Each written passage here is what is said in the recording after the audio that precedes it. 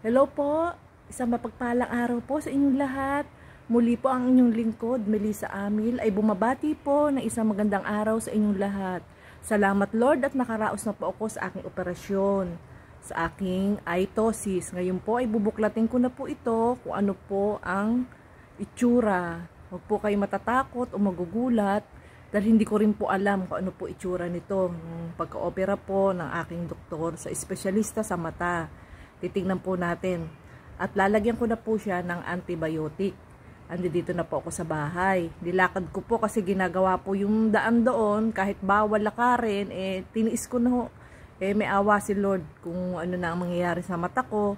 Lagyan daw ng yelo. Yelo, 3 days cold compress and then salitan ng antibiotic. O ito po, antibiotic to sa yung ginupit dito, tinahe, and then cold compress pag humahapde. After 3 days, dire-diretso na itong antibiotic ko. Pag nasakit, nakirot, inom daw po ng gamot na paracetamol. Kasi allergy po ako sa mepanamic. Kaya po paracetamol ang pinaka substitute doon. Ngayon, bubuklatin ko na po ito. Sabay-sabay po natin tignan. Wala rin po akong idea kung ano po itsura nito. Kung ito po ay maga o ano, pasintabi na lang po, disclaimer na lang po. Papahiran ko po siya ng ointment na antibiotic. Ngayon pa lang, kasi kakauwi ko lang, sabi ng doktor, pag uwi mo, pahiram mo na agad ng antibiotic, dadampian mo lang ng ganon, dahan-dahan, at sana huwag ka magkakamaling baka mapasundot. Kasi ni-laser po narinig ko, tumutunog tapos tinahi po. Yun. Ngayon po, eto na. Magre-reveal na tayo ng mata ko. Ano kaya ang itsura ng itosis ni Melissa Amil na inoperahan?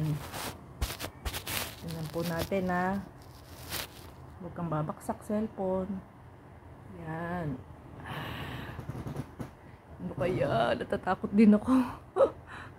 Ay, ano kaya itsura? Dalawa po kasi nagkamali po yung isa Pumutok po yung ugat dito. Pasintabi po. Yan na po. Ano kaya itsura nito?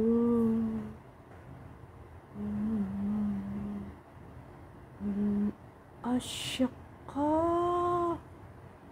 Ayun. Hala. Okay, ang ganda Tapos yung isa naman ng maliit. Ganda.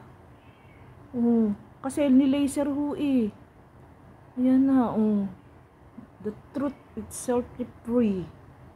Ayun na po, lalagyan po natin ng antibiotic.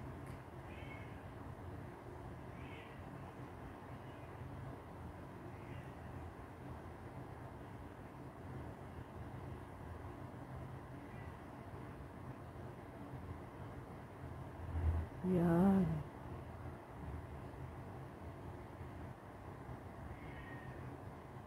Maayos. Teka lang baka sumobra mapuno yung loob ng mata ko, bawal. Nagugas na ako ng kamay, mag-safeguard daw muna Kasi yung haba ng nilakad ko gawa nga ho nung ginagawa yung daan mula doon sa school. Diyos ko, ilang kilometro ho yun. Medyo maga siya, pero hindi ganun mas maganda gawa ng laser na ang ginamit. Tapos mamaya yayaluhan ko ho ito. Kakain muna ako at overfasting na po ako. Baka mag-ano na ako sa aking bumaba na ho yung sugar ko. Ayan, ngayon ko lang din ho nakita. Ano po ang itosis na ni-repair ni Doc Imperial ng ASPAC. Ayan po. Nararamdaman ko ho siya, nile-laser ho. Parang ginugupit.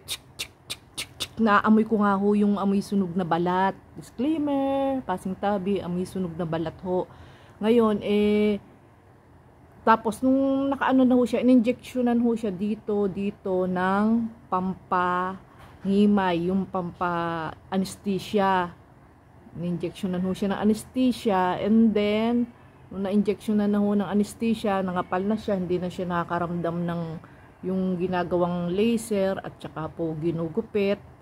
Tapos tahi yung itim na yan, tatanggalin ho yan. Babalik pa ho ako sa February 24 for removal of yung thread, yung tahi po. O tas ito naman ang maliit. Kasi mata ko hindi pinagpala na Ayan, yan po ang pag-reveal ko sa aking itosis. Yan lamang po at isang mapagpalang araw po sa inyong lahat.